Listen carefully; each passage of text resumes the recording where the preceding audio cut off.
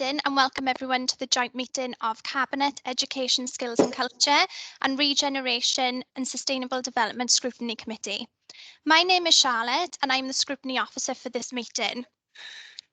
Present with me today in Talbot Civic Centre are Councillor Cypher Harmon, Councillor Steve Hunt, Councillor Sonia Reynolds, Councillor Sharon Freegard, Craig Griffiths and Jane Woodman-Ralph. Masks do not need to be worn by us today as we are adhering to the social distancing guidelines as detailed in the risk assessment undertaken to allow us to come into the council chamber today. Just to make you all aware, today's meeting will be recorded. Can I also welcome members of the public and press to today's meeting and Councillor Stephanie Lynch.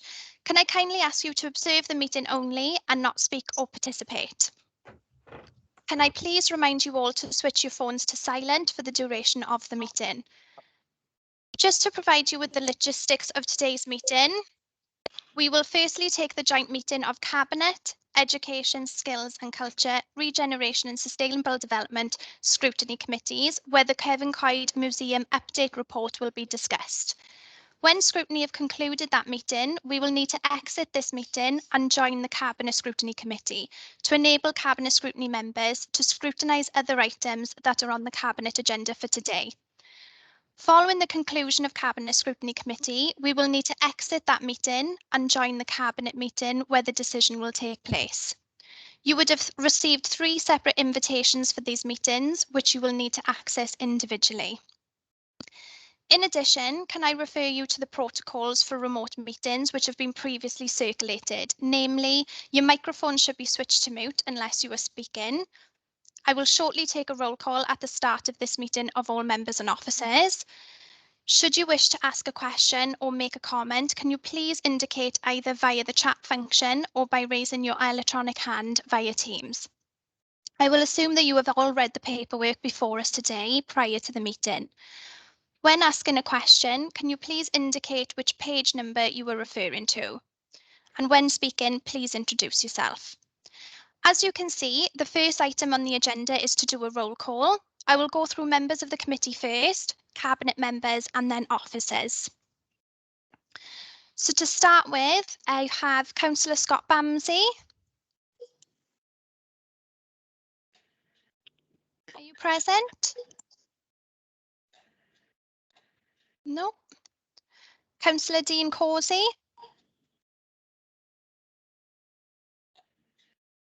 No. Councillor Matthew Crowley.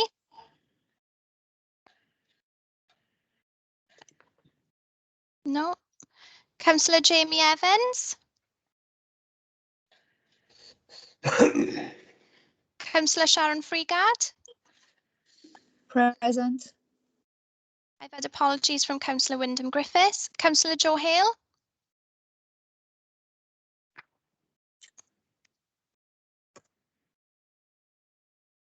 Councillor Sian Harris. Present. Councillor Nigel Hunt. Present, Charlotte. Councillor Steve Hunt. I'm here, Charlotte. Councillor Hugh James. Present, Charlotte. Chris Jones. Present, Charlotte. Councillor Jane Jones. Present, Charlotte. I've had apologies from Councillor Keogh. Councillor Simon Noyle. I'm here, thank you, Charlotte. Councillor Alan Llewellyn. Yes, Charlotte, all present. Councillor Sandra Miller. Present, Charlotte. Councillor Rydian Mason. Yeah, present, all, yeah. Councillor Suzanne Paddison. Present. Councillor Sheila Penry. Present, Charlotte. I've had apologies from Councillor Rebecca Phillips and Councillor Mark Prothero. Councillor Lynette Purcell.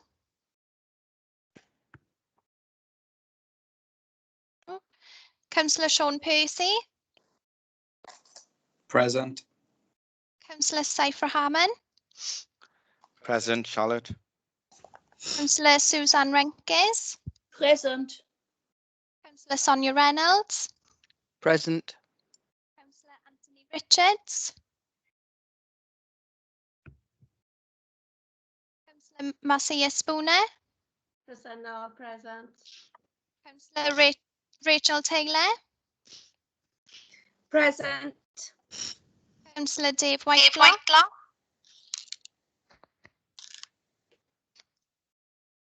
Councillor Whitelock, Councillor Rob Wood, Present. Councillor Arwyn Wilcock, Presennol present. Adam Moore, Rhys Caddick, Present. Linda Newman, Present, Charlotte. Bertod Benedictus, and then on Councillor Stephanie Lynch,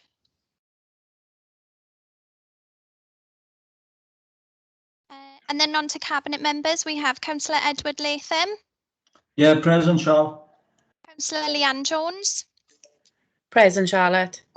Councillor Carol Clement Williams, Present, Charlotte. Councillor Mike Harvey, Yeah, present, Charlotte. Councillor Doreen Jones, Present, Charlotte. Councillor Alan Lockyer, Present, Charlotte. Councillor Peter Rees, Present, Charlotte. Councillor Peter Richards, Present, Charlotte. Councillor Annette Wingrave.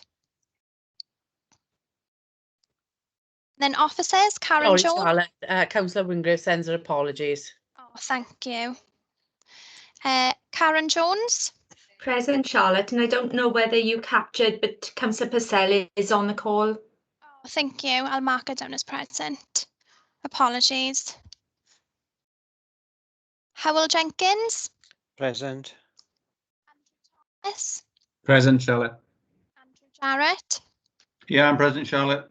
Nicola Pierce, Apologies from Nicola, Charlotte. Craig Griffiths, Present, Charlotte. Sheena Rees, Hugh Jones, Yeah, I'm present, Charlotte. Simon Brennan, Present, Charlotte. Karen Philo Harris,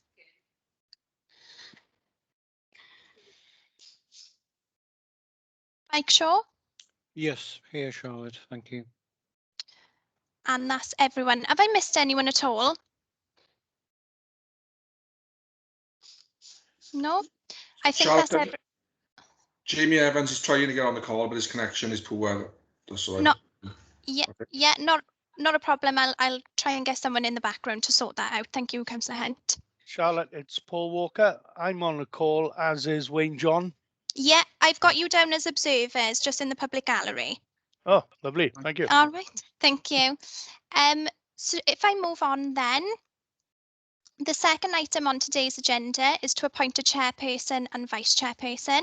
Can I please have a proposer for a chair? Proposed Councillor Stephen Hunt. Yeah, and then can I have someone second that? Yes, I second that, Charlotte. Thank you. Can you take the chair, please? Yeah. Thank you, members, for appointing me for chair this afternoon for the Kevin Coed item. Can I now ask for a proposer for the vice chair, please? Proposed Councillor Saif Rahman. Thank you. Can I have a seconder for that proposal, please? I second that, Chair. Councillor Saif Rahman, would you undertake the role of vice chair, please? Yes, Chair. Thank you very much. Thank you. I will take us straight on to item 3 with Chair's announcements this afternoon. Members, you will be aware that as part of the Joint Scrutiny Committee, we'll be looking at the agenda item 5 of the Cabinet Papers, the report on Kevin Coed Museum. Members will note from the item that it is for information and noting only, but to assist in scrutiny, there will be questions and statements made this afternoon. Can I also remind members that the purpose of the scrutiny is to look specifically at the Kevin Coed site, so I'd ask members to consider that as part of their comments when they wish to raise this afternoon. I will allow all members the time they need today to ask their questions. Thank you. Item 4 on the agenda this afternoon is declarations of interest. Are there any interest to declare? Please indicate by raising your electronic hand via the Teams and when called, state details. Charlotte will forward an electronic version of the form for you to complete and email back to her. I will start with a declaration of interest for myself, as I was previously a member of the steering group that was run by Neath Council for Cefn Coed. Are there any other further indications? Councillor Sian Harris, I see you have your hand up. You're on mute, Sian. You're still on mute, Sian. I am a member of the Friends of Cefn Coed Colliery, but it's not actually current because they haven't concluded over the COVID. It hasn't been yearly done. And yes, I was a member of the steering group that was previously set up, but I'm assuming because we're doing a new one, then that's no more anyway. So, but I have got dispensation to speak and vote for both. Thank you for that, Sian. That will be taken into consideration by Charlotte and still may need to declare that interest. Thank you. That will take us on to item 5, which is the Cefn Coed Museum update. I will assume that members would have read the reports. However, for the benefit of the public, could I ask officers to provide a brief overview of the report? The report is for noting and information, and it's on pages 3 to 18. So I don't know if Andrew or Simon is dealing with this first brief update, please. Over to whoever is taking this. Thank you. I'm happy to provide the update, Chair, if Andrew is happy with that. Carry on then, Simon. Andrew seems to be fine with that. Yeah, sorry, Chair. I was on yeah, that's fine. Thank you. Okay. There we are. Over to you then, Simon, please. Thank you, Chair. As members will be aware, there's been some proposals around the Cefn Coed Museum site. The council leases an area of land about 1.6 acres from Welsh Government, has done so for since 1978, and we've been looking at proposals to improve the site over the last few years. A grant application was made to Welsh Government, and it was approved. That was for about 1.8 million. The council is going to put in the remainder of the money to put a scheme together for about 2.8 million. 2.6 million, sorry. The initial due diligence was done on the site, and that threw up a number of questions. And prior to undertaking the works, obviously we had to do that due diligence work. So we looked at an alternative scheme. The original scheme took in the a visitor centre externally and some external works and an outdoor play area. Because the outdoor works and the visitor centre, we had to run them past CADU, and we knew that we found out that CADU were not terribly keen on the scheme. We'd put in a quick revised scheme. Unfortunately, we were unable to take that forward because of the time elements involved. To deliver the scheme would have taken us probably around about 18 months, and we only had about 5 months left to spend the money because it had to be spent by March of this year. So as a consequence, we then agreed with Welsh Government that we would look at doing some survey work instead to understand the issues on the site, to make sure that we were in a very good position should another grant funding round come round, that we were in a good position to bid for the money. And we've undertaken that survey work now, and that has thrown up, unfortunately, that's thrown up a number of issues, and in two fronts really. One is the existing health and safety concerns that we have for the site, and the figure was put in place then to see how much that would cost. It's around over £1 million, and also then to look at the works that we were proposing as part of the revised scheme, and the initial suggestions are that that would come in excess of £8 million. So there's three things from the report today, really. One is to outline those health and safety concerns, and I can go into further detail should members want me to say why the park can't open in the immediate future. The second one then is to obviously outline the current position in respect of the grant. And the third one then is to say that obviously to take the scheme forward, we need to reassess things. And the Director of Education, Leisure and Lifelong Learning we'll chair a new group to establish the way forward for the site. Finished, Simon? Yeah. Yeah, thank you for that. Yeah. Thank you very much for that update. There was a number of indications at pre-briefing scrutiny yesterday, and I will take them as they were laid out yesterday. But if you could put your hands up just to remind me if you had questions so that I can see them on the screen and have assistance from my Vice Chair to come to you this afternoon. So I will go firstly to the local member for Crynant with her statements and questions, please. Over to you, Councillor Sian Harris. Hi, thank you, Chair, for the opportunity to speak. Good afternoon, everybody. Sorry, I'm going to be reading this out, but I'm never going to remember it all. I have a couple of questions, observations and information, starting with the report. As the council lease expires in 2077, and under the terms of the lease, the council is responsible for all repairs and maintenance. Why have these repairs not been carried out in a timely manner? I am assuming yearly health and safety inspections have taken place. Are we saying all the work that needs doing to reopen the museum has occurred in the last 2 years? My question is, why have the repairs not been done as and when they've been highlighted, or have they never been highlighted before? Assuming there is a history of health and safety checks with no records of any issues, or there are records of issues, and if there have been issues, why have they not been addressed, please? Simon, do you want to answer that one first? I'm sure Sian got other questions. Yeah. Yeah, I will. There's a couple of issues there for us, I guess. The first thing is that as this is obviously, as you understand, a very old and complex site with a number of issues. It's not the only one that we have throughout the authority, and we certainly don't have the budgets, unfortunately, to address all issues in all buildings. Some issues are just monitored over the years. Also to do with the scheme, the issues that we had to look at were outside of our current lease, because to deliver the scheme, you need to take on a much wider area than we currently have.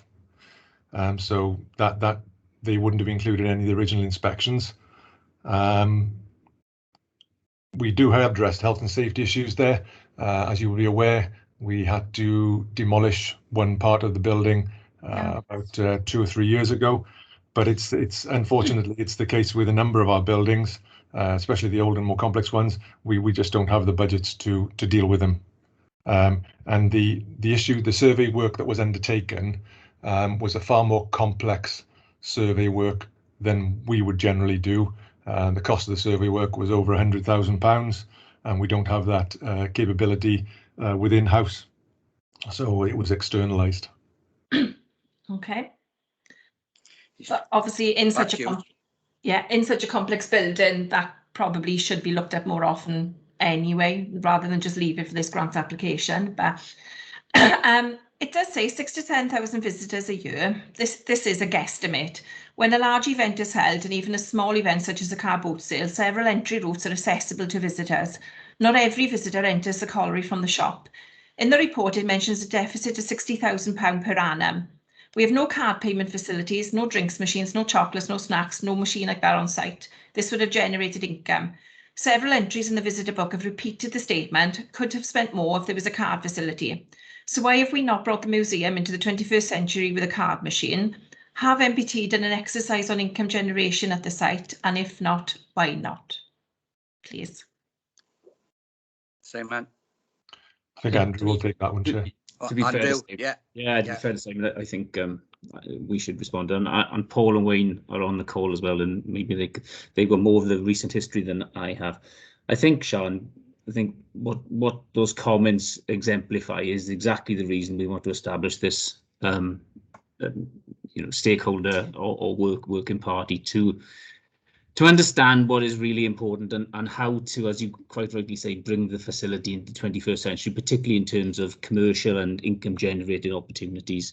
In terms of why there's no card facility there, I'm afraid the history isn't part of my history. So I don't know if Wayne or Paul can answer that question. I know they're on the call. Either of you want to come in? Paul, I assume. Paul? Do you want me to come in on that one, Chair? Thank you, Wayne. Oh, Wayne. Yeah, go on, Wayne. Yeah. Yes. To be honest with you, we did have a credit card facility at the site.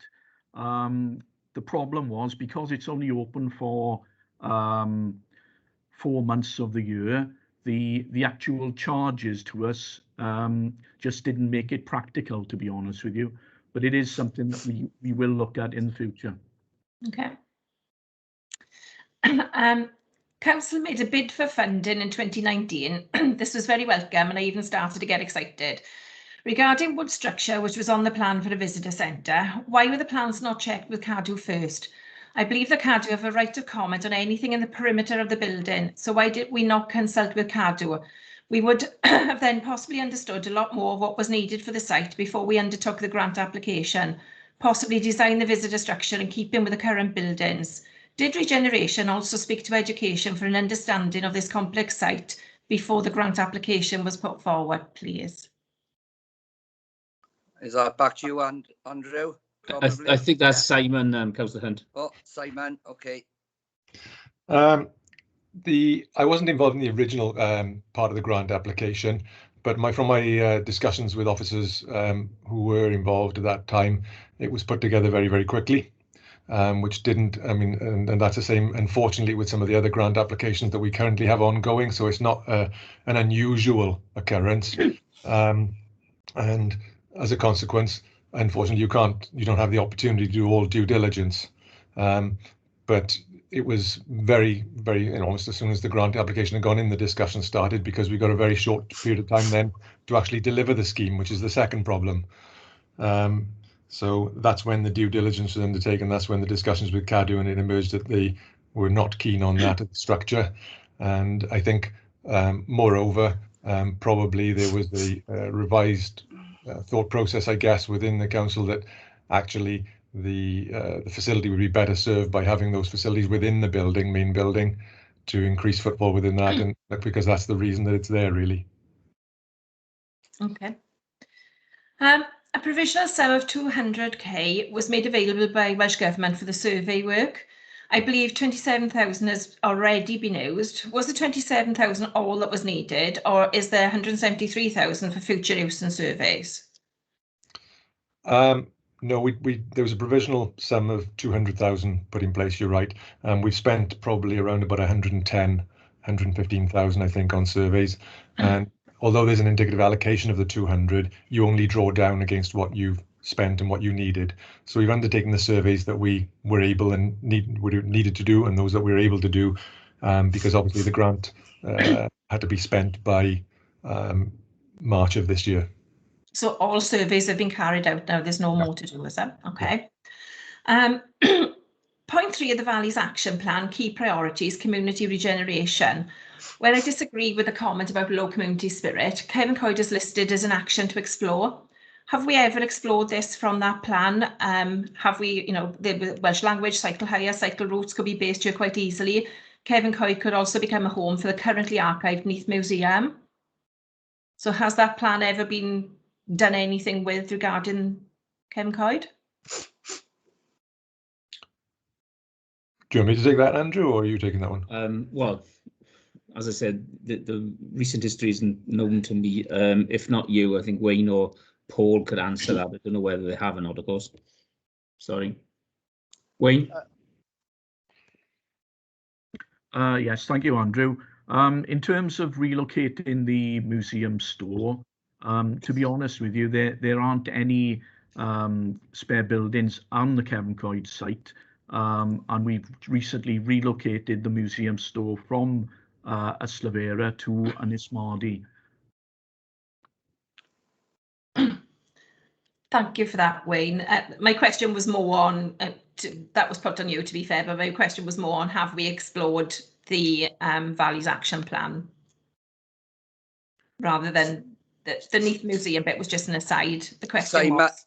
Yeah, sorry, Sean. Simon, Andrew, do you want to try and explain that again about the action plan that is part of the council's programme? So, sorry to sort of labour this point, as the history of this is not known to me, but what I can tell you is that those things will be exactly the sort of things that we'll explore going forward, and I think that's why it's so important that we re-establish the stakeholder group as quick as possible. Okay. Regarding the health and safety issues, the chimney stack, fresh spalling from height, A Wren grant was secured in 2014, which rebuilt the top 20 foot and scraped out and repointed the rest of the stack. Which parts are now unsafe? Do we have a safety aspect to road users and the two properties opposite the stack? Can we apply for another Wren grant? Specifically, I couldn't tell you which bits are unsafe. I mean, it comes back in the overall survey, and my technical officers would look at that for me. In terms of applying for another grant, it's possible. I don't know what's available at this current time, but it's certainly something that we'll have to have a look at, because obviously, if it's a concern, we will need to make sure that we make it safe. Okay. The report mentions rotting wood underground and issues in the boiler house. I think we've got asbestos and no repairs seem to have been done to the timber over the years. Why have these issues now come to light before? I'm assuming normal health and safety checks are carried out before opening each year. So why have all these issues been highlighted at the same time?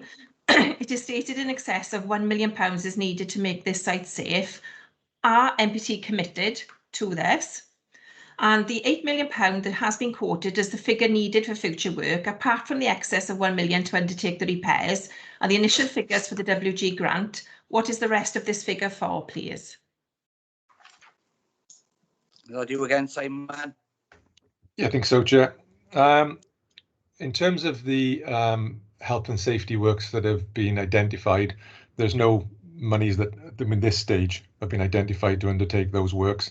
And I think the clear guidance from the different surveying teams who went in and did the works was that it would not be particularly money to undertake those works in isolation, that they should be considered as part of an overall scheme of works rather than being dealt with, because some works would need to be revisited later on in terms of a scheme.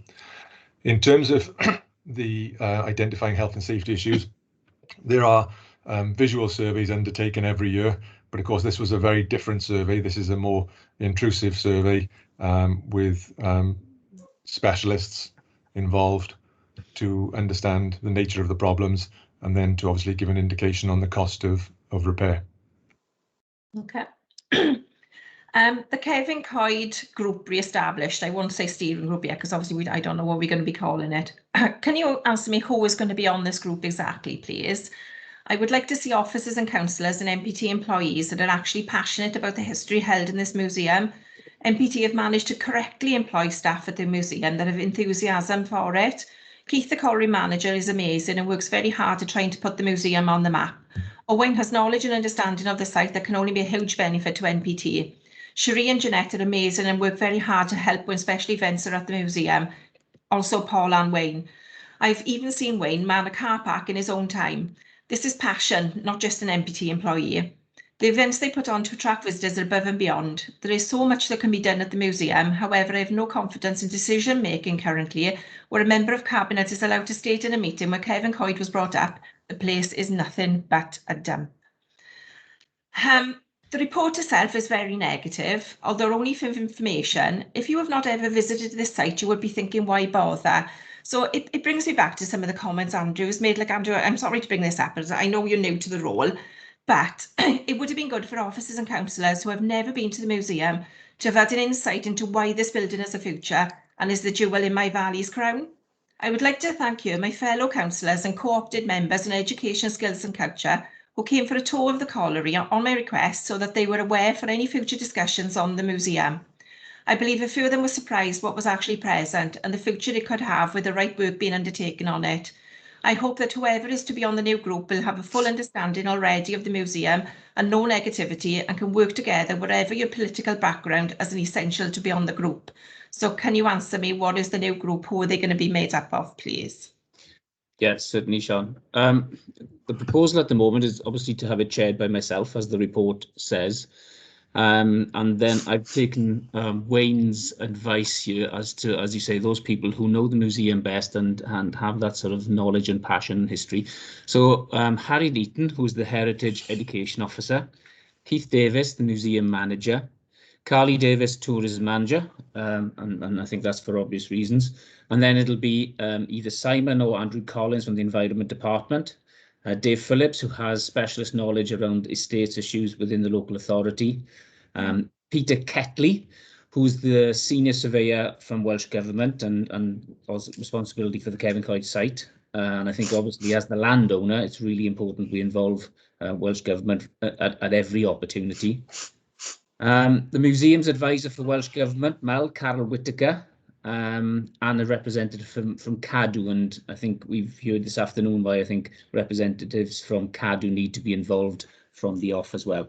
So it's very much a professional and officer panel, I understand that, but I think it's a panel that can meet initially with the interested stakeholders, and those obviously would be the Friends of Cefn Coed, the community councils, the local ward members, take a steer as to what's important for the facility, for the local people, then go off and do the work and do the due diligence that's needed to come back with what we believe would be sustainable and appropriate proposals, come back then to obviously cabinet, ward members and community councils, and keep the interested stakeholders that you've mentioned today, Sean, informed at all times, and there'll be a communications plan developed from the off. So you, as the local ward member, will know exactly how you will be communicated and on what frequency. So you'll be kept informed at all times. Okay, thank you. I hope you'll bear with me on the next bit, because I don't know exactly how many of you have ever actually visited Cefn Coed Colliery and probably sitting there wondering, what are we all talking about? The origins of Cefn Coed can be traced back to 1870. 4 attempts were made before they reached the coal, putting 3 companies out of business in the process. In 1930, Cefn Coed was the deepest anthracite mine in the world. When they reached the deepest point, which was called Peacock Seam, so called because of its blue-green sheen, it was around 80–85% carbon, which is almost diamond. This seam was the most dangerous, as it was almost a half a mile down. Working at such depths brought many dangers and problems. The build-up of methane gas, roof falls and other accidents were commonplace during the early years, and the pit soon gained the nickname the Slaughterhouse, due to the loss of life at the mine. We do not hold the exact figure, as only 5 deaths or more at any one time are actually recorded. And the first coal to leave Cefn Coed was in July 1930 by a train driven by the Mayor of Neath. Cefn Coed was to be the first super mine due to the riches of coal, by financial difficulties and the harsh working conditions before World War II stopped its progress. The pit closed in 1968 and many of the men were transferred to the adjacent Blaenau Drift mine. The reason why we're all passionate about this museum is we have the biggest working winding engine in Wales and one of the biggest in the UK. I am told this on numerous occasions when listening to grown men salivate over the engines. Never understood that one, to be honest, but it attracts people to the colliery. We have a very rare example of a Welsh-built winding engine from Morlais Colliery. We have the biggest collection of Lancashire boilers in Wales and one of the few places you can see both types side by side. We have a pair of water pumps salvaged from a World War I warship. We have, we believe, the last remaining gas tram in the world. We have hundreds of artefacts and photographs from Cefn Coed and the Dillais Valley mining communities. Visitors of note recently, senior members of Durham Mining Museum, which is the mining museum, who absolutely love the place. Staff members from Big Pit and the South Wales Mining Museum, they love us as well. Relatives of Sir Humphrey Davy, numerous former miners and coal board employees who want to bring their families to see where they worked or see something similar to where they worked. Numerous authors and historians, visitors from all over the world, Japan, Australia, Canada, Eastern Europe, South Africa, as well as the UK and Western Europe. I've been lucky enough to be there when some of these have visited and had a good chat in the little cafe that I helped man on a bank holiday or an event. Visitors love the rawness of the colliery. Which lastly, but no means least, brings me on to the Friends of Cefn Coed Colliery and the Model Railway Group. These 2 groups of dedicated volunteers have been the backbone of work carried out at the museum. Organised tours dressed up as miners like the staff of Big Pit to portray the life of a miner at the museum. If you have never had a tour, I would recommend one. The group relies on donations, which they use to further enhance the visitor experience, and they all do a really excellent job of it. I applaud the work that they've been done, and I really hope moving on that they have been caretaking the museum and that NPT will finally realise the potential of this site. With the staff and the volunteers, we have lists of things to improve the visitor experience. I just hope I have the chance to take them forward.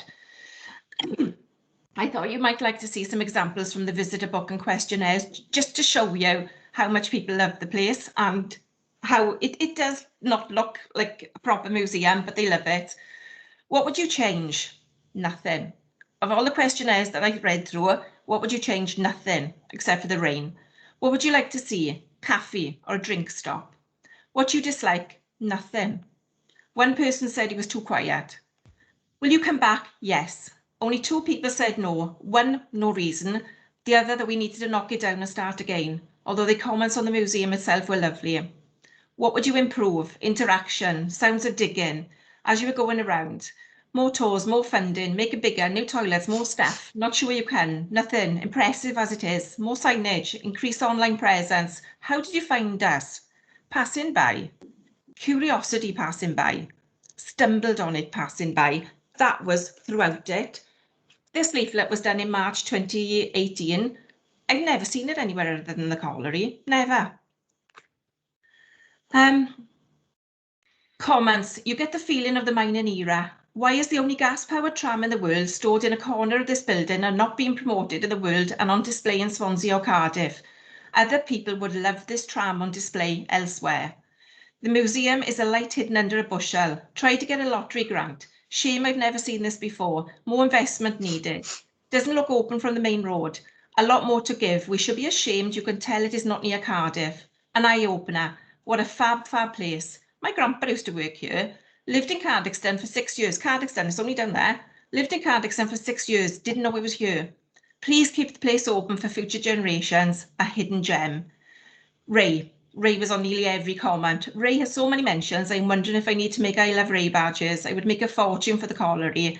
81 years old and still giving his all to the colliery on a voluntary basis. My final comment comes from the visitor book. This tour made me appreciate the history of mining in a way I never have before. As a retired science teacher, I was totally enthralled by the details, moved by the conditions the miners faced. Thank you for listening. Sian, thank you for that. A very passionate presentation and a lot of information that I'm sure members would appreciate. On that last point that she's raised, Andrew or Simon, I don't know, I think it was more of a statement explaining a bit of the history and what was going on. But by all means, if you want to make a comment, you're welcome to. So do either of you want to make a comment before I move on? Andrew or Simon?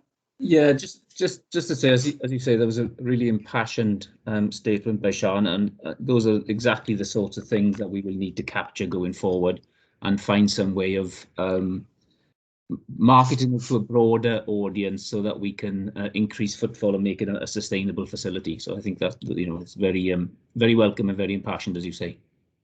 Thank you very much. Yeah, Simon, you okay?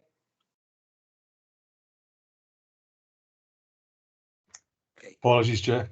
Yeah, yeah, that's fine. That's fine from what Andrew said. Okay, I'll move on to the next indication then. Can Councillor Suzanne Patterson please address the committee? Thank you. Thank you very much, Chair. Yes, I have a question for Simon, and then I have a suggestion as well. So I'll put my question first. On page 5 of the report on item 4, it says after a preliminary discussion with Cadw, they were not supportive of a new timber structure.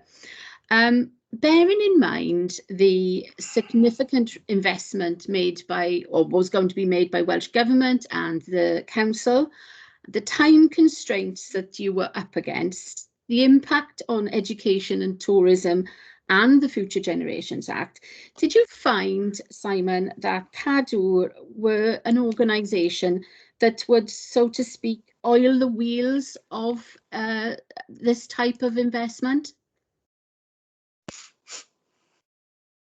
I think, you know, we work quite a lot with Cadw on the various buildings that we have that are listed status. And, you know, we appreciate that they've got a very difficult job to do, and, you know, they're about preserving heritage. Some may think that, you know, because it's quite a strict regime, that makes preserving heritage difficult sometimes. But, you know, we do understand their position, and what we do is just work with them and try, you know, try to come to a solution really that's acceptable to everyone. Okay, thank you very much for that. I've got a suggestion now then, Chair. On page 10 with the recommendations, if I can go to page 10 as well. The third one, obviously it says establish sorry, I can't read this, I have to enlarge it. A group of internal and external stakeholders. Now, I've heard the director say who he thinks from an officer perspective should be involved. I would like to make a suggestion that Councillor Hunt, Councillor Harris and Councillor Causey, the three local members, definitely be included in this group. We've heard already the experience and local knowledge that is available. It would seem silly to me not to include them. So I would like to ask Craig Griffiths, through you, Chair, would my suggestion need an amendment, or could we just, if the committee were to sympathise with my suggestion, just include that to Cabinet, that those members be included? I'd also like to include the Cabinet member for the portfolio. Craig? Thank you. Yeah, thank you, Suzanne. Craig, if you could respond, please. Okay, thank you, Chair. I thank Councillor Patterson for that question. One of the things we need to be very careful about is when we have mixed groups of member and officer panels, we need to consider who has the authority ultimately to set up those groups. So in which case it could be full council that we would need to look at in different regards there.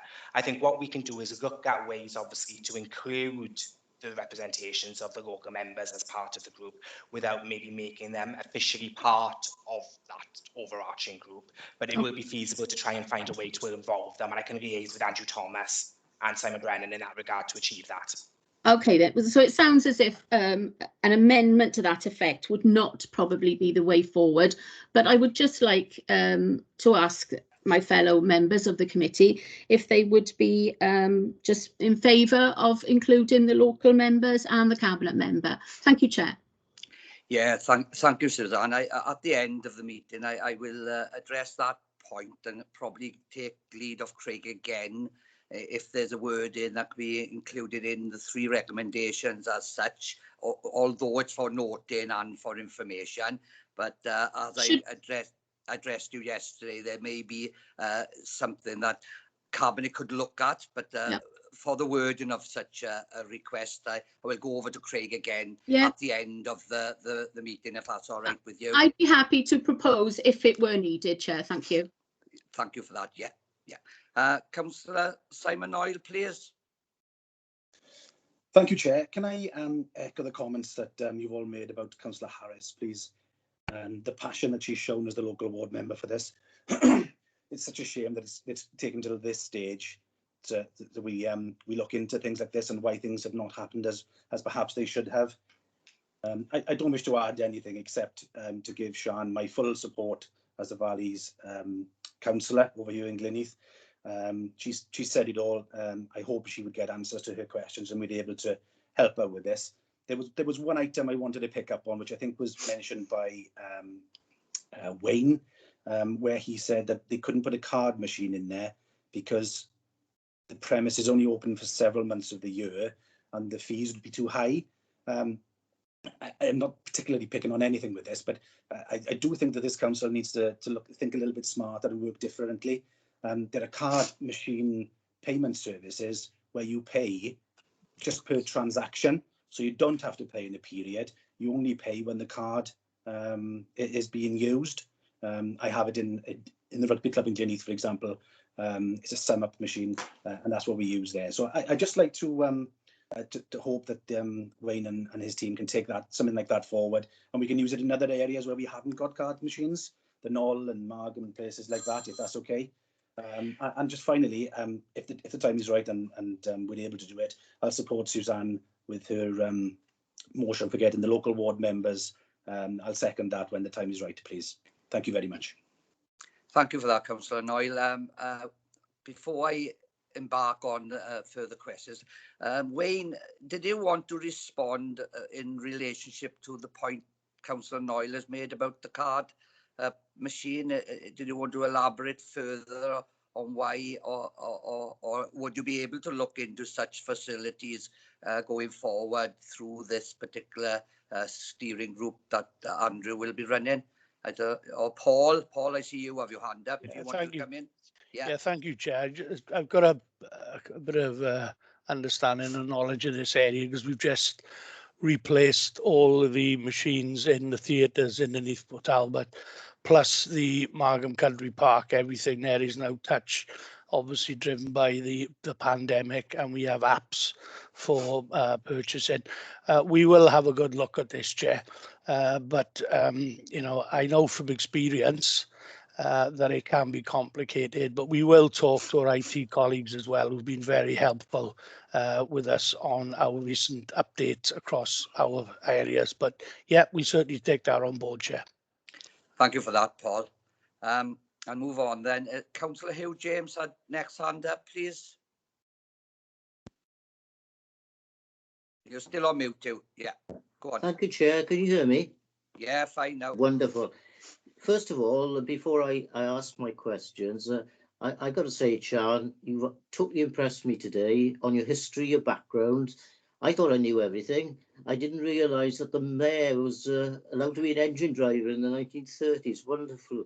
And the tram, by the way, and I think I'm right in saying Wayne would know this listening in, was the only gas tram hardly ever built. And it ran actually from Scrutiny to Britain Ferry. And it ceased in about 1920, so that's worth keeping. Can I put my question suggestion? Is first of all, I think that it's very important as a council, and we are one council, Neath Talbot, to have meetings like this on issues like this where we cross-pollinate, if you like. You know, one committee very close to another committee, and I think it's vitally important before it goes to cabinet scrutiny today that we've had this debate. My question is going to be really to the team and perhaps to the chief exec as well. I think that this site is vitally important. I have to believe it's been slowed up by COVID, but also from experience over the years, Cadw are not the easiest people to deal with. You might want to come back to me on that, somebody. They are very difficult people. I know they've got their job to do, but I do feel that after today, and Andrew, you know, you're chairing that committee, and I support what Susanna said, local members, vitally important in it. But we've got so much potential there in that valley. For example, the development of the railway line. I've just put my piece in about the metro scheme, which would take you up the valley to where you live, Stephen, the chair, and through Crynant. And I think it's got so much potential. And as you rightly said in your report there, Sian, it's one of the few deep pits left in the world. And I'm pretty sure, talking about tourism, this would be an excellent site for people to come in and see. And once, you know, COVID is lifted and you've got the Americans and the Japanese, they love things like this. And you are right, we could make that a really excellent site. Thank you, Chair. Thank you for that, Councillor James. Karen, Chief Executive, would you like to come in on that? Venus Hugh mentioned you in his statement. Over to you, Karen, please. Thank you, Chair. I hope that what we've demonstrated by bringing the report forward today, that there is a commitment to looking at what we can deliver at Cefn Coed. I think it was very important that we put the facts before members about what's happened with the grant, because I know there has been speculation in the community, and I think it's really important that we do set the record straight. And I think what Simon and Andrew brought before the committee does allow people now to understand properly what has happened there. So what I would want to do this afternoon, I think, Chair, perhaps picking up on what Councillor James has just said, is to encourage people that have got ideas about what can be delivered there to come forward and engage with Andrew now and the team. I think we do need to approach it with an open mind and to see what is possible there. And I think also, the engagement with those external agencies, particularly Cadw, Welsh Government, and all of those other people that have got a part to play in this, come along with us as well. So I think that's all I want to say, Chair. The whole point of bringing it here today was, as I say, just to bring everybody up to date with what's actually happened and to really give an invitation now to people to engage with us in looking at what we can do in terms of moving this forward. Thank you very much, Karen. I'll move on to the next indication then. Councillor Sonia Reynolds, please. Thank you, Chair. I really just wanted to say that as chair of the Education Scrutiny Committee, I didn't I wasn't in the chair when the visit to Cefn Coed happened that Sian talked about, the site visit in 2018, and I haven't visited for a number of years, but believe it is a very important site for our area that must be developed. It's on our forward look for the work going forward, and I wanted to say a thank you to officers.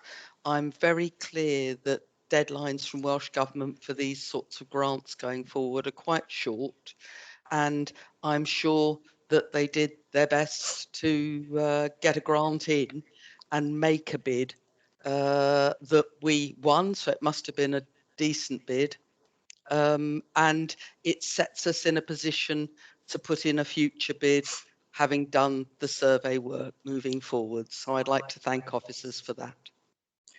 Thank you for that, Councillor Reynolds. I'm sure we'll all echo that as well. Thank you. Next indications, Councillor Sean Percy, please. Thank you very much, Chair, and thanks all for the opportunity to have this joint meeting today, which I think is has been really useful so far, particularly hearing Sian's comments at the beginning and hearing a lot more about the site myself, having never visited. I've got a couple of things I want to sort of cover really. One, I suppose, is a bit of an internal matter in terms of we've had this joint meeting today. You know, how is this going to be dealt with going forward? We've, you know, as a member of the Regeneration Committee, of course, we cover tourism and look at the destination management plan and issues of that nature. We also cover things like estates, conditions of buildings, leases, that sort of thing. So it was a little bit of a surprise to sort of get involved at this stage. But I'm given that there's quite a complex, you know, set of issues with this site, I'd certainly like to, you know, keep tabs on this as part of the Regeneration Committee, and I welcome more joint working going forward. But I think this has raised, again, one of these peculiar issues where we've got matters that cross over committees, and I'm not always convinced that we're handling that in the best way. But in terms of going forward with this, the only thing I'd say is that we can't look at this in isolation. You know, we talk a lot about Cefn Coed, which is, you know, what this meeting is about. But with my tourism hat on, you know, this is one part of a wider strategy for Neath Talbot, and I think we've really got to make sure we bear that in mind when we're having those discussions and having those meetings. And certainly, you know, in terms of the Regen Committee's input, we've generally had that oversight and that sort of wider remit of tourism in Neath Talbot, and I just think we've got to be particularly mindful of that, because we can actually capitalise on the success of other venues and other facilities in Neath Talbot to promote this one and vice versa. There's a lot of wonderful things in Neath Talbot. So I just a nudge really. Let's not be too focused on this one site. Let's see how it can fit in with wider Neath Talbot, because that's where we're going to really make a success of it. I got a couple of other little questions really, in terms of, these might be for Simon. I'm trying to understand some of the issues that have been raised in the report, and you know, Sian's asked a lot of relevant questions at the start around the condition of the buildings, etc. I'm still not entirely clear how we've ended up in this position, and I'm wondering, you know, for example, Simon, you mentioned parts of the site are outside of our lease, but from what I can see, all the buildings have been within our lease for quite some time. Now, I'm not clear whether they've all been open to the public, or whether some buildings we were aware were in poor condition and were closed. It's not entirely clear to me from that report. But certainly from my experience, number one, being part of the Regen Committee, we've had, you know, property performance reports, building condition reports, you know, lists of buildings in poor condition, and this has never cropped up on that. So I'm trying to understand whether we'd surveyed it but not covered all, or not noticed all of these defects, or was it not on our estate survey regime? I'm still a bit confused in terms of some of the issues identified with the buildings, how it's all come to light, at this point in time. So I don't know whether you can go into any more detail on that particular point, Simon, and perhaps, I don't know if Wayne, if you can clarify what parts of the site were previously open. Thank you for that. Who's going to take that first? Andrew or Simon or Wayne? Who? I can talk about the technical issues first, if you like, Chair. Yeah, go on then, Simon. There's a rolling programme of surveys for all of our buildings, and they're all covered.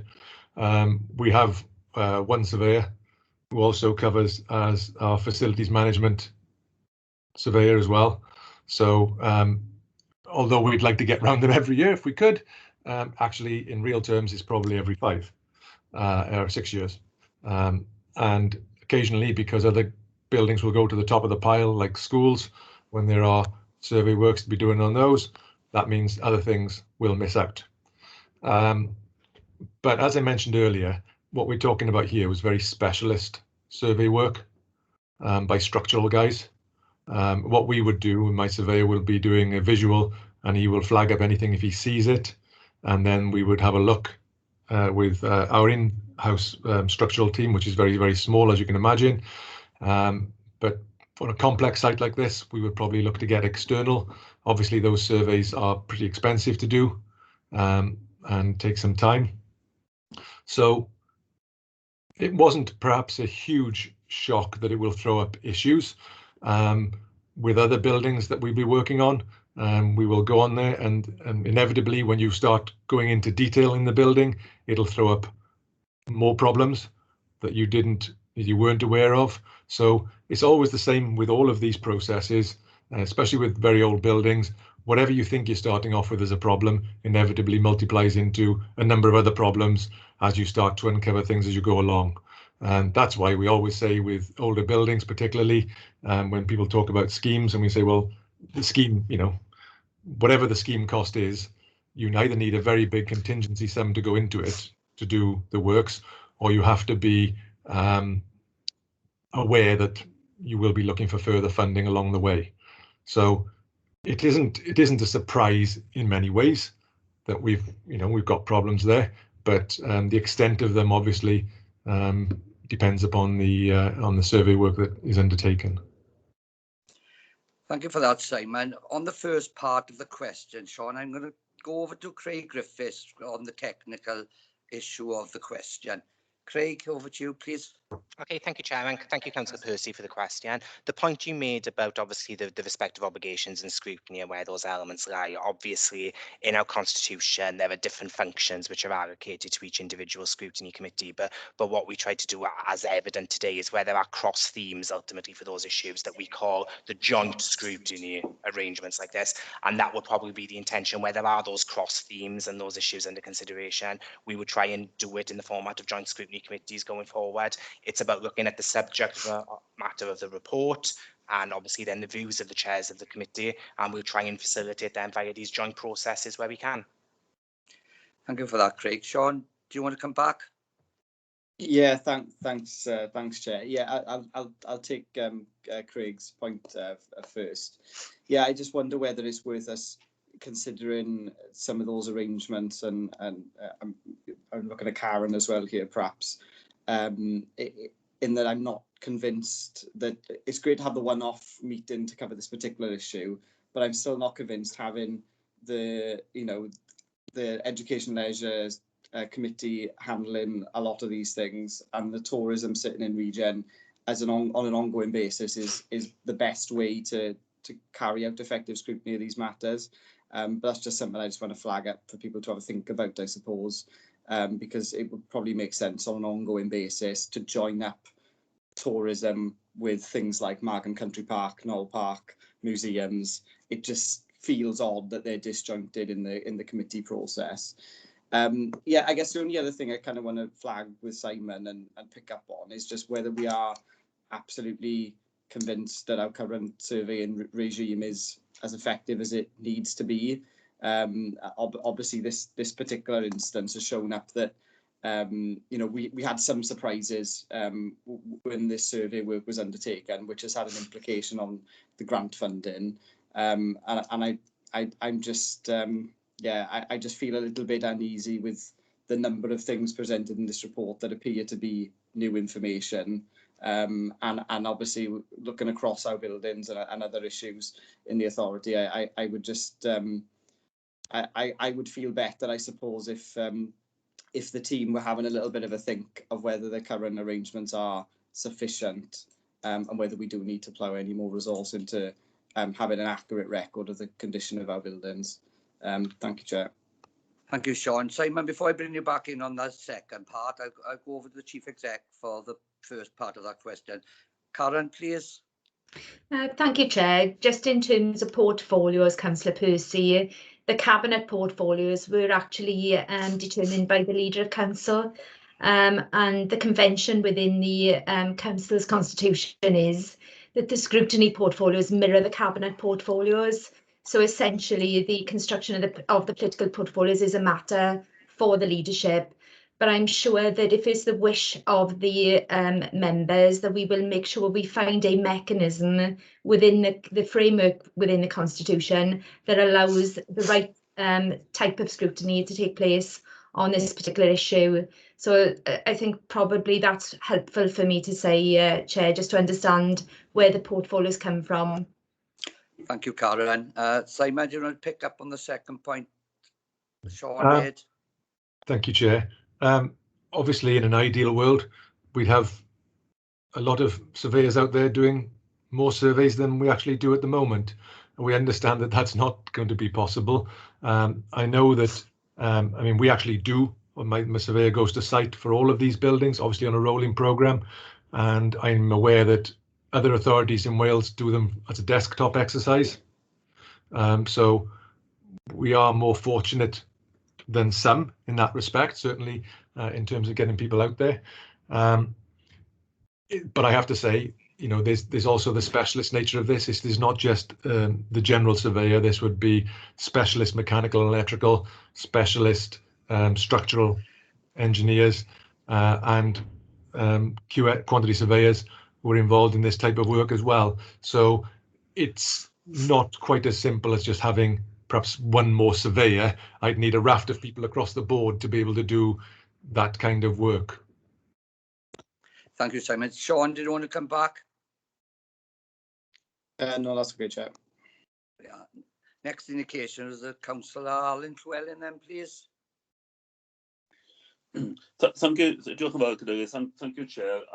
Diolch I Sian. Thank you, Sian, for your introductory remarks that have highlighted the importance of an outstanding heritage site. And I have to say that its current condition is an indictment of both Neath Talbot Council and the Welsh Government. We've heard a lot of responses this afternoon from the officers who've been rather put on the spot. And I'd like to address my question to the Cabinet Member for Education, Skills and Culture, Councillor Peter Rees, and to ask Councillor Rees, how has this catalogue of neglect occurred under your portfolio? Thank you, Councillor Llewellyn. Councillor Rees, would you like to respond? Thank you, yes. Alan's always willing to have a dig at whatever. This is an ongoing, this has been an ongoing situation for many, many years. There's a history to Cefn Coed. There's been a history of when we took over in 96. There's a history of repairs wanting to be done there, and we never had the finances to do it. There's the whole history between the council and the Welsh Government on these issues. I noticed Sian mentioned a comment I made in a television comment, which she's taken out of context, because that comment was made to try to kick, if you like, the Welsh Government into doing something about the site. I'm actually very passionate about Cefn Coed. I think it has great potential. The problem we've always had is we've never had the finance to do anything with it. I remember going there some 15 years ago with Gareth Nutt, I think it was, at the time, and looking at the beams of the site, because it was evident then that there was a lot of work to be done. We just haven't had the finance to do it. So, you know, and you, Alan, you will know that as an elder member of the council, the financial difficulties that we've had over the years. So that would be my response, Chair. Thank you, Councillor Rees. Councillor Llewellyn, I'm not going to allow any personal debates this afternoon, but I'm happy for you to respond. I do notice the local member got a hand up in a response as well, but I'll come back to you first, Alan. And again, yeah. I'm not going to let this go with you and Councillor Rees having a debate. Let's deal with the item in hand that we got in front of us. It's been really good up to now, so I will allow you to come back though. Thank you, Chair. And obviously, I'm not having a dig. This is a scrutiny. This is a scrutiny meeting. What I would like to come back with is to ask, in relation to the recommendation at the end of the report is being presented as information rather than decision.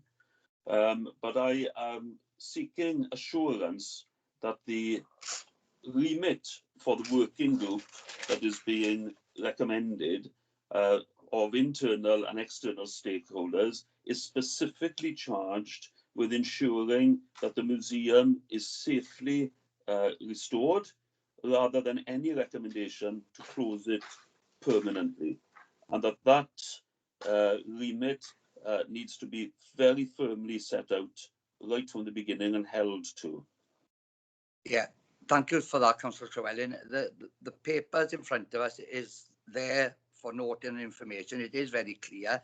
I don't think there is any mention of future closing of the site. As I said, I don't want Andrew or anybody else, I can see them shaking their heads.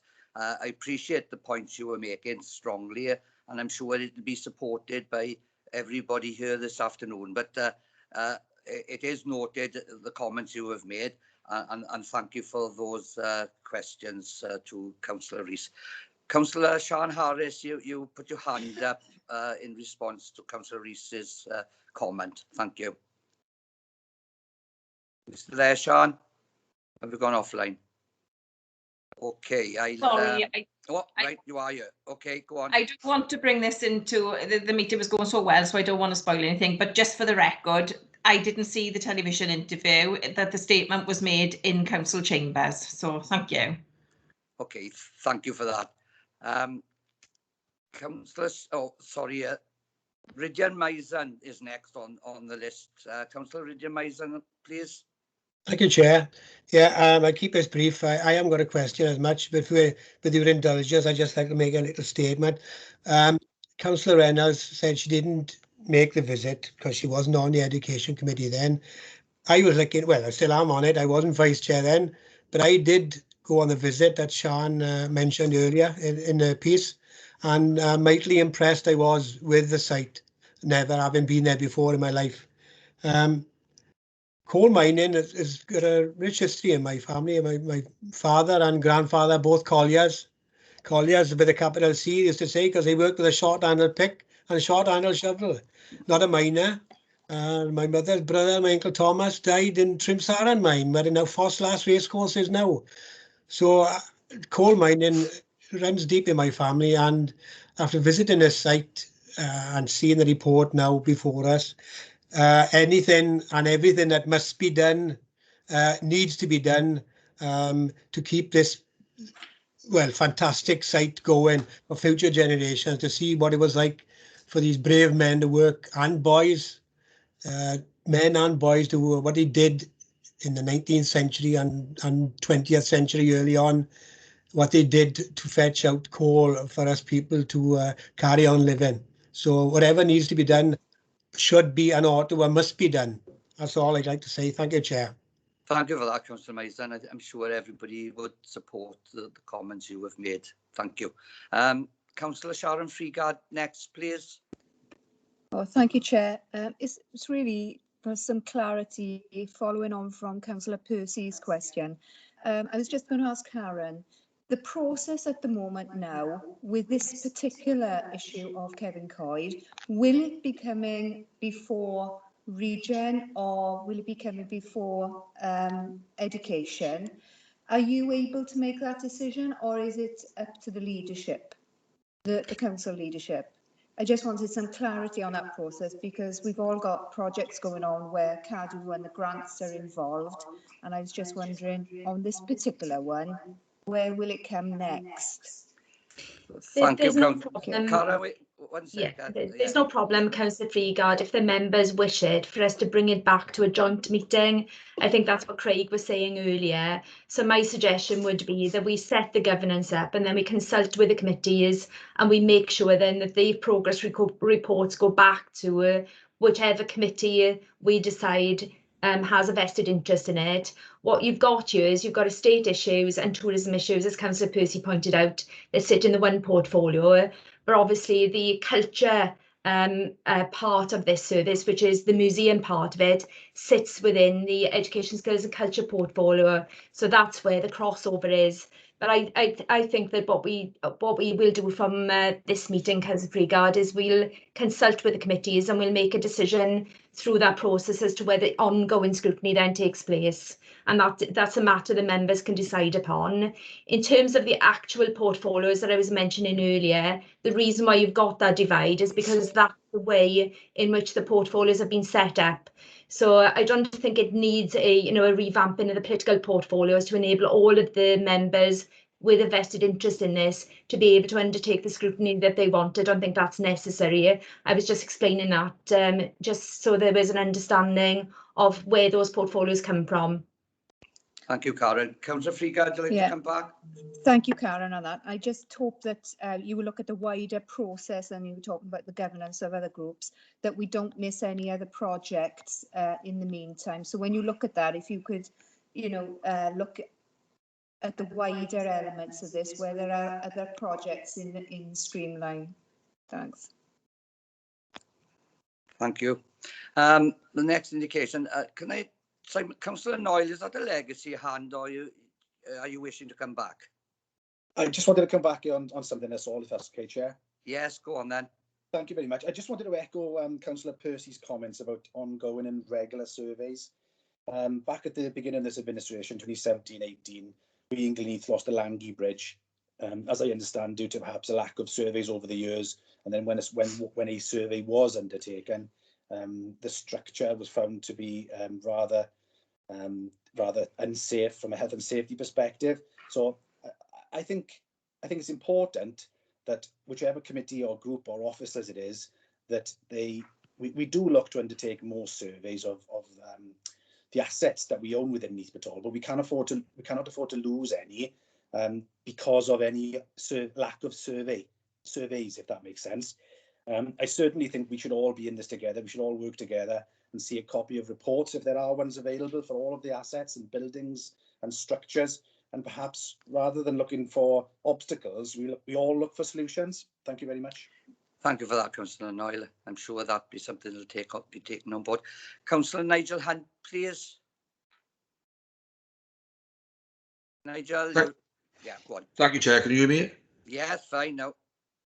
Okay, I just want to make an observation, really, that that Kevin Coed, just like Margam Park or Knoll Park or Aberafon Beach or the Waterfall Country or Neath Canal, all these. I mean, we've got some wonderful places in Neath Talbot and the tourism sector.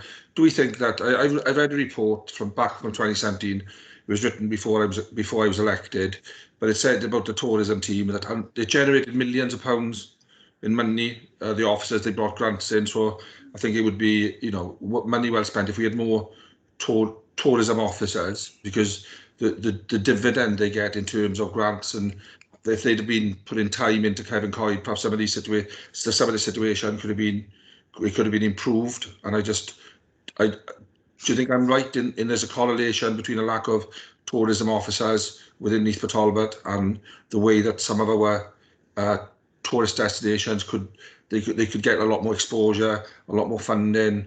I just think there's a correlation there that we should look at. So, thank you for that, Councillor Hunt. I don't know, Karen, do you want to pick that up? As it's aimed at the the actual sector of tourism that was reintroduced, of course, only 2018, I believe. So I think there's choices, isn't it, Chair, in relation to the resources that are available to the council and what the council then chooses to prioritise. Back in 2017, you are right, Councillor Hunt, a decision was taken then to reintroduce the tourism team because it was decided at that time that more priority would be given to tourism, but it's still a small team. And I think, you know, there's an opportunity, isn't there, through your normal scrutiny process for you to have an update on the work that that tourism team has been doing, and I think they've done some, you know, sterling job really over the period. Unfortunately, the pandemic has considerably disrupted some of the programmes that they've been working on, and I know that later this year they are ready to launch with a new destination marketing brand, which personally I think is very, very exciting, but unfortunately has been completely knocked back by the COVID pandemic. So I think rather than labouring the point today, Chair, I think, you know, if members want more information about what the tourism team have been doing, I think it is a success story. And as we move forward and we start thinking about our recovery process, we'll be having another debate, won't we, about the priorities the council wants to set going forward. But I think we're always going to be limited by the amount of money that we've got.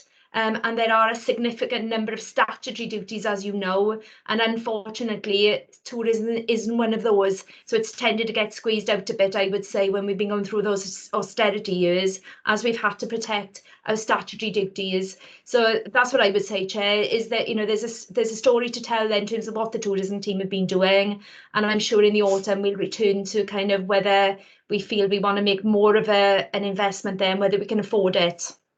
Thank you for that, Karen. Simon, you want to pick up a few points as well? Just to say, Chair, yes, you're right. It was re-established in 2017 with a one member of staff, and then we were grateful to receive another member of staff about 2 years ago. Two staff who do excellent work, I think, Carly and Laura, and I'm very grateful for the work that they do. We do take periodic updates on tourism to RSD, and I'm more than happy to continue to do so. Thank you, Simon. Nigel, all right with those responses? Yeah, thanks, Chair. Thank you, Nigel. Thank you, Councillor Hunt. Councillor Sean Percy, please. Yes, thank you, Chair. Only briefly, I just wanted to clarify slightly my point I was making earlier.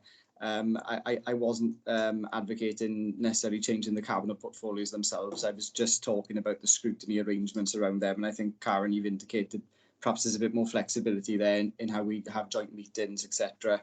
And I just want to make sure going forward, as other members have said, and Sharon, I think, picked it up, that if there's other issues where we cross over, that these meetings happen early, and it's not when there's necessarily a problem, but actually we work together all the way through. And perhaps we could link up some of that tourism, destination management, destination branding stuff with some of the leisure and culture elements, because certainly members have mentioned the tourism team, you know, the work that's been going on in the background, that the destination marketing exercise would have been a game changer for Neath Talbot if that had launched last year as planned. And I'm really excited for that to kick off, and it's that sort of exercise that will support things like Cefn Coed to increase their visitor numbers and be more viable. So that's the crossover, isn't it? And I just think scrutiny-wise, we can truly sort that out. Thank you, Chair. Yeah, thank you for that, Sean. Can I just, it's been a long debate anyway, can I just remind members to try and stick to the agenda item, bring it back to Cefn Coed.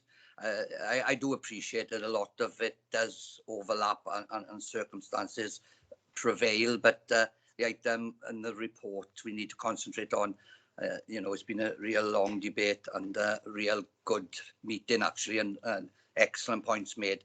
Have any other members got, I don't see any further hands up. Anybody else? No? Oh, wait a minute. Who's that? Or Maria. Yeah, you can come in now, Maria. You're on mute, Maria. Right. Is that better? That's it. Yeah. For councillors that don't know me, I'm a co-opted member of the Education Scrutiny Committee, and I was one of the people who did go with the other councillors to visit the site. And I'm now speaking, as I did yesterday, on behalf of all the children, because I would love to see them all going back to learn their culture and their history of it, because it's so important, especially when I hear that history is getting stopped in some universities. So I think this is so important if we can get it up and running again. That's just all I want to say. Thank you. Thank you, Maria. Good points raised, and thank you for that. No further indications? Okay. Before I go to the report, I obviously have a few points to raise and questions to ask. Apologies to officers and members if the questions have already been asked, and I don't expect officers to respond if I've had the answers to my own questions.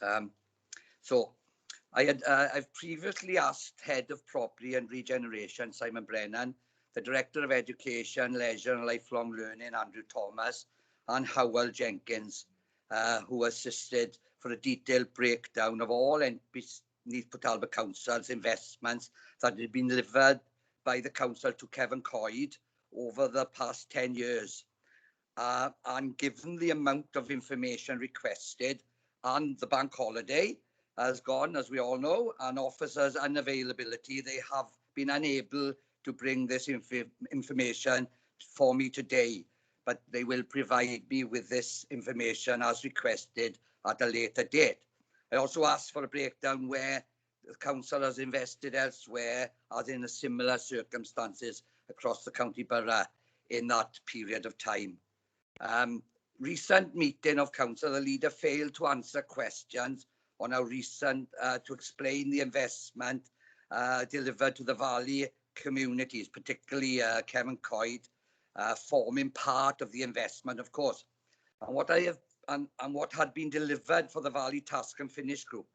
But I note the reports have been before scrutiny committees previously, so members will have had an opportunity to see the reports.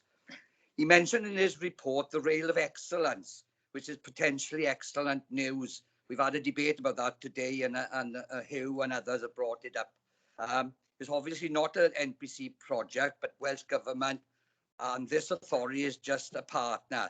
So it's certainly not NPC's investment for Banwyn or the Dilys Valley.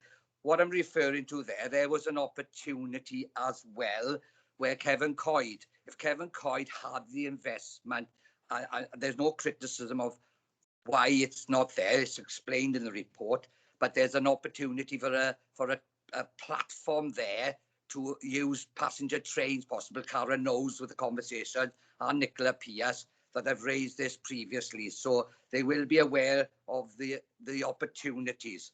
The problem, as I see it, is that the report we see before us today has not happened overnight, as already been said. It's clear as an authority we haven't been able to bring enough council investment for this site to keep this building in a condition to be used for the purpose of tourism, and not just maintain, but to improve the site so as the desired effect on numbers of the general public to visit. Any successful tourism attraction needs to remain open for tourism season and attract paying visitors as to generate the income needed to support the operation at the time.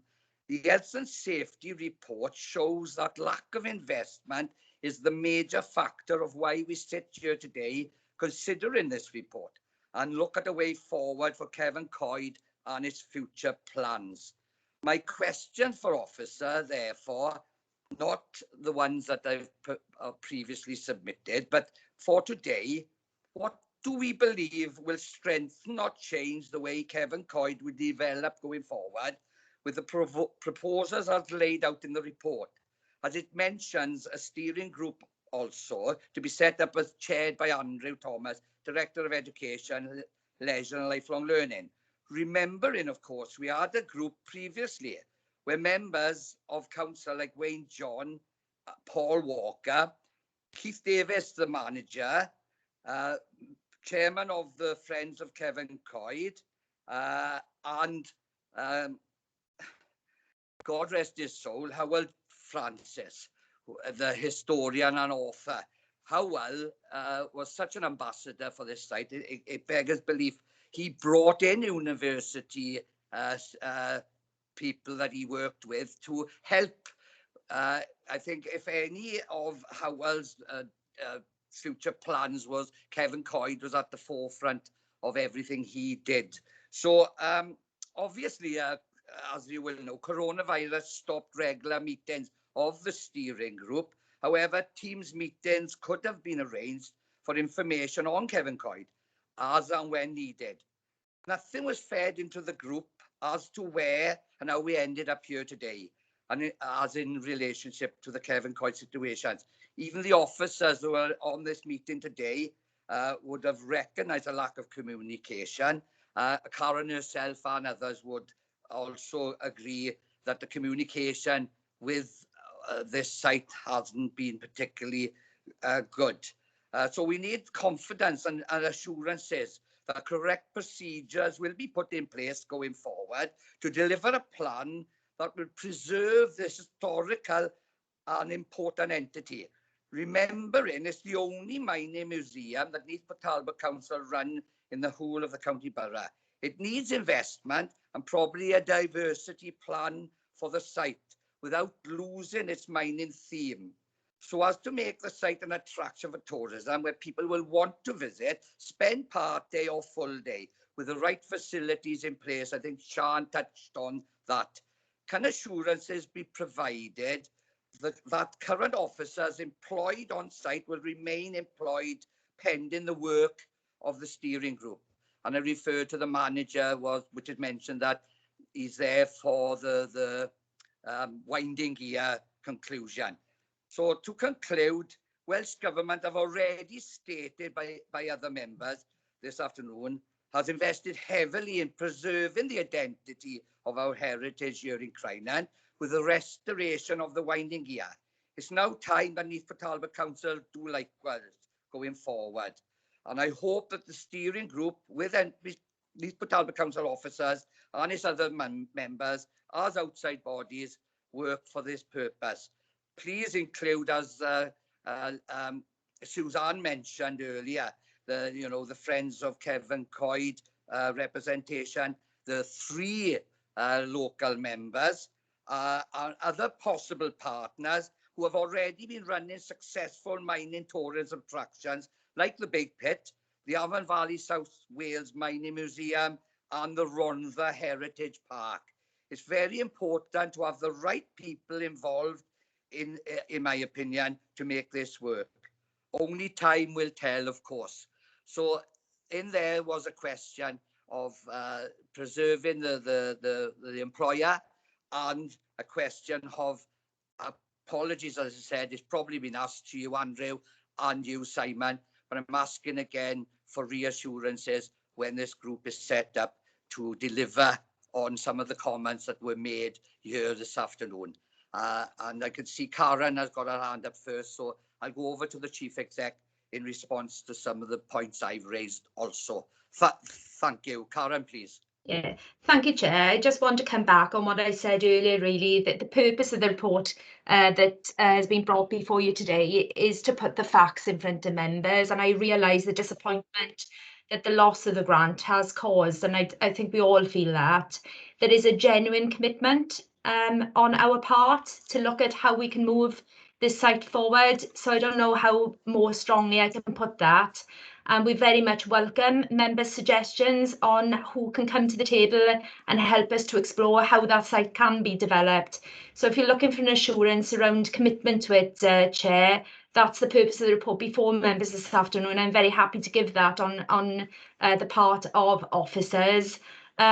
Just in terms of the employment of the individual up there, we wouldn't normally be discussing the employment of a member of staff in an open meeting, as I'm sure that you will appreciate. So if you don't mind, we'll take that particular question outside of the meeting, but I don't want anybody to read anything sinister into what I'm saying. It's just not appropriate to discuss employment of an individual in a public meeting. Apologies for that, Karen, and I certainly agree and appreciate that clarity. before I bring Councillor Suzanne Patterson back in, Andrew, Andrew Thomas, please. Yeah, just further to your question, Chair, and what Kara's just said. Obviously, there's a report before members today, which, first of all, says that we're going to have this stakeholder group, which and whenever we have a report which recommends that, I take that very, very seriously. So you can take certainly significant comfort from that. That whatever members decide, that it's my job to try and put into place. So we'll have proper governance around it, and Sean's asked the question around what the governance structure should look like, so that will be put in place as well.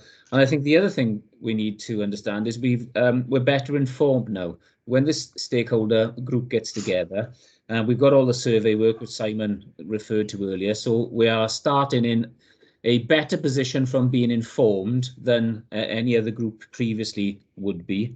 And without doubt, I can give you my assurance here now that we will certainly involve the stakeholders, the friends, the members, and anybody else who can help us shape the ideas for this going forward. And as I said, my idea is that the officers will take those things forward and report back to members. That's ultimately a member for the members to decide. But yeah, we would definitely involve those people who have those ideas, that passion, that commitment, that understanding of the facility. Thank you for that, Andrew. Before I bring Suzanne Patterson back in, Suzanne, can I just ask you, is it a separate question, or are you going back to where you originally came from? Because I'll deal with that at the end, because I'm quite finished, if that's all right. Okay, then come back to me then, Chair. Thank you. That's okay then. I'm sure, Andrew, as you said, we've had reassurances from all parts of the authority today, Chief Executive, yourself and officers. So I'm pleased with the responses, actually. Can I just also ask, before I bring Suzanne in, the passion that was showed, nobody more so than the local member, and I think that others have shown quite a lot of passion of how important such historical entities are. I did in pre-briefing mention that the report is for noting, and I mentioned at the beginning of this meeting. I just want to tidy this up before I come to Suzanne, because she mentioned about writing into the report, because it is on the recommendation as such. It's for members to note, and on there you will see the current position in respect to the Valley Regional Park grant bid for Cefn Coed. 2, that the museum will need to remain closed until the health and safety issues have been satisfactorily resolved. 3, that a group of internal and external stakeholders be established under the chairmanship of the Director of Education, Leisure and Lifelong Learning to set out a clear way forward for the future of the site. Now, I would like to add, if members also agreed, and that's why I said I'll mention this now, is like if we could add an item 4 where further reports, and I think we've already added assurances, but if we could put it in the noting report, further reports will be brought to respective scrutiny committees as and when appropriate as to the findings of the stakeholder meetings, stakeholder groups, sorry. I think that would give all those involved a clear understanding and feedback mechanism. Now, I will have to go to Craig, but I'll go back to Suzanne now, because that was something I would think could be added with if everybody agreed. But Suzanne also wanted, perhaps under the stakeholders, item 3, wanted to add something in there. And then I'll go to Craig if it's appropriate, coming from this scrutiny committee to cabinet as a proposal as such. So back to you, Suzanne. Oh, thank you very much, Chair. I would just like to insert, where, as you say, internal and external stakeholders, also to include the 3 local members and the relevant cabinet scrutiny, cabinet member, sorry, portfolio holder. But I would like to ask Karen and Andrew, it's been mentioned in this meeting that accommodation can be made. We don't need to rewrite the history of the world. But, you know, if members want something, accommodation could be made regarding joint scrutiny. And I'm just wondering if accommodation could be made to include the 3 local members. I know Andrew was saying it would be a jurisdiction off issue for him, but could something be done? I come to you first, Karen, then please. I know you want to come in, yeah. I think there's a number of ways in which we can make sure that members, the cabinet members, local members are included in the structures that we set up. There is always going to be a place, isn't there, for professional and technical debate.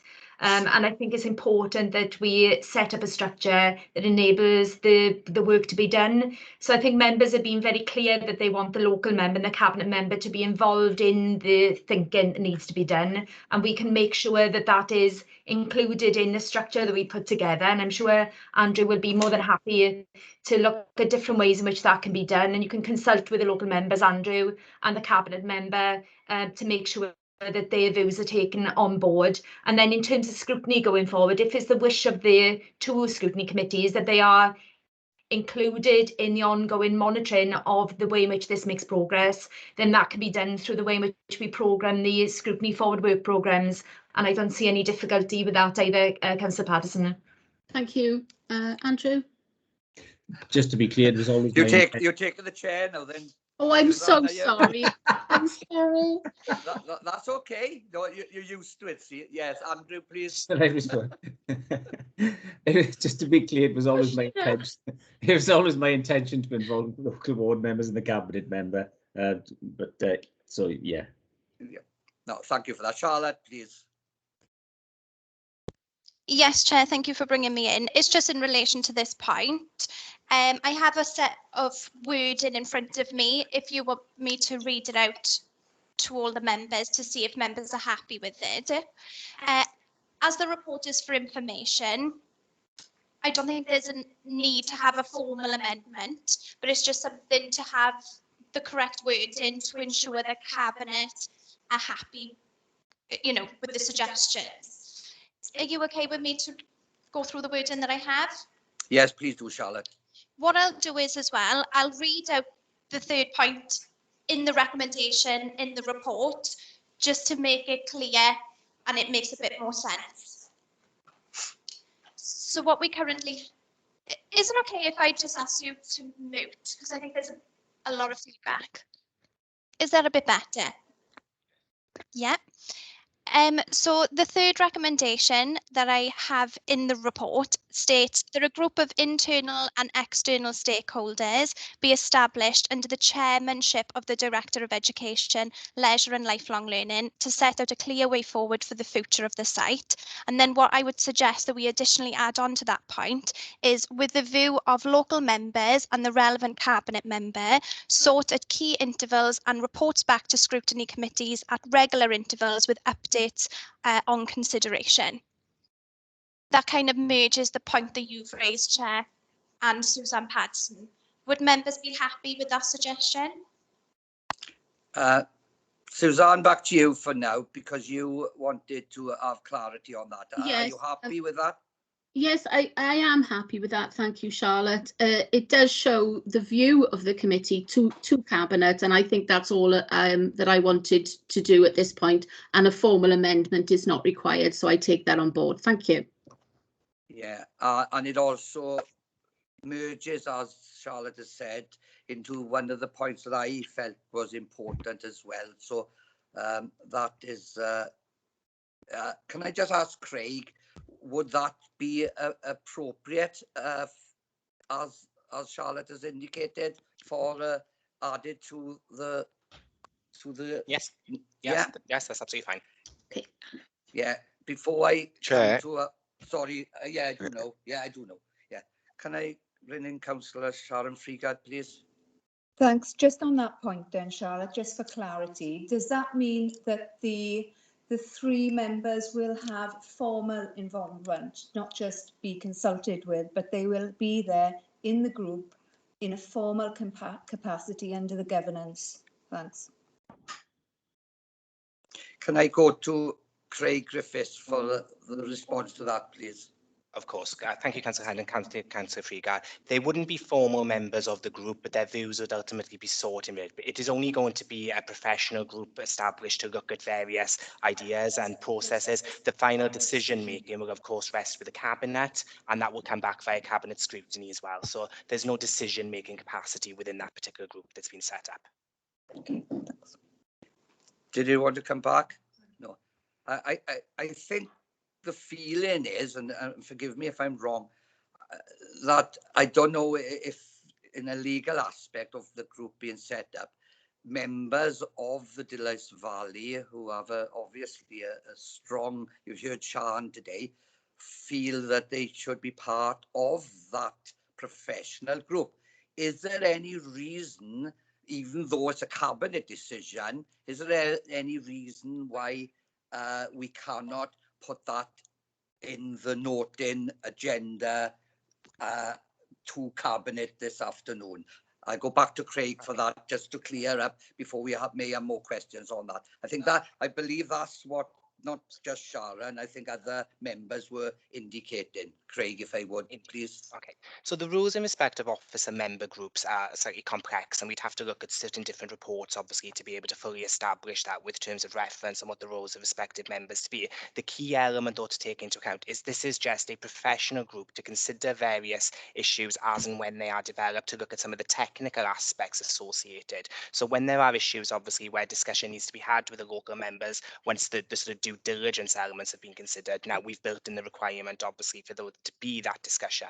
But anytime any decisions are made, any formal processes need to be considered, and anytime members need to be consulted, there's obviously now the recommendation saying that it will come back to full scrutiny, it will go then to the Cabinet. So it's not going to be an official part of the group, because that creates a very different status to what we have, and there is no decision-making power in that regard, but it does ultimately ensure that the views can be sought at key intervals throughout the process, and then obviously they will be part of the scrutiny committee when those matters then are brought back to the committee for consideration.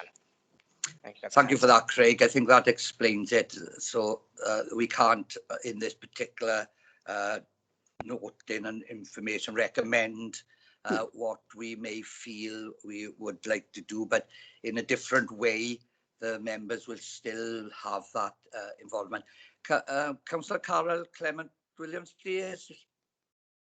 Thank you, Chair. I think this is to kind of you and Saif. I note it's been nearly an hour and 45 minutes that we've been here at the moment for the joint meeting. Are we able to have a quick 5-minute break when we switch over to the next meeting, please, just for a comfort break? Thank you. Yeah, thank you for that. And you're probably right, but I will have to ask my vice chair on that, because he will be the chair for the next meeting. So I think he's indicated yes. So I believe that to be the case. Thank you. Okay, thank you for that. Did I see another hand up? I know Suzanne got a hand up. Anybody else? I thought I might miss one. No, I haven't. I'll come back to Suzanne then, because I think Charlotte has made an indication, a clear indication of the report now to go forward, the recommendation to Cabinet. But I come back to Suzanne to see what she wants thank to do. you very much, Chair, for your indulgence. I take on board what Charlotte has said and would vote for that. That's with the sentence added on. And I take on board that we cannot have them on the steering group or the whatever we're going to call it. But that doesn't stop local members contacting officers with any recommendations they may have for them to look into. The fact that they won't actually be there in the first instance is neither nor there. So we can still have member involvement put forward to that group. Yes, I believe so, Craig. Yeah, Craig is indicating yes. Right. So That's fine. I'm happy to propose then when you're ready. Yeah, so that we're nearly at the end of this meeting. Before I go back to Charlotte to actually read that out once more, so that we can have a proposer. Well, I don't think it's for noting and information, so I'm not sure if we need a proposer or seconder. So as long as we're happy with it, I go back to her. But finally, I'd like to do one last little thing. And go back to the local member who started this debate off this afternoon, if she had anything further to add or to thank what's happened this afternoon. So Sean, if you're still here, back to you just for a final word. Yeah, I'd just like to thank everybody for listening and for the contributions, because obviously it's been quite a long time on a single topic. And it does sound positive, more positive than I felt 2 hours ago. So cross fingers it goes ahead. So thank you. Thank you, Sean. Right, Charlotte, if you can read back out the recommendations for members noting this afternoon's Cefn Coed report. Thank you. Yeah, so Chair, if I just go through that again, so just to clarify to members, this is for information. All it'll be is just having an additional part to that recommendation, and if just for Cabinet to consider. So it'll be an addition to the third point on the recommendation, which is on page 10. So I'll read out the third point and add the additional information into it as well. So that a group of internal and external stakeholders be established under the chairmanship of the Director of Education, Leisure and Lifelong Learning to set out a clear way forward for the future of the site, with the view of local members and the relevant Cabinet member sought at key intervals and reports back to scrutiny committees at regular intervals with updates on consideration. I think if the majority of the members are happy with that, and if there's anyone of the members that are against it, I think you'd be happy to go with that proposal. Yeah, can I have any indication any member not happy to go with that recommendation? No, so we are happy for that recommendation to go to Cabinet this afternoon. Thank you, members. Yes, a lengthy debate, and I think it was needed, if I'm honest. Thank you. So item 6 on my agenda this afternoon is, are there any urgent items? There are none. That would allow me to conclude the meeting and ask members to exit this meeting and join the Cabinet Scrutiny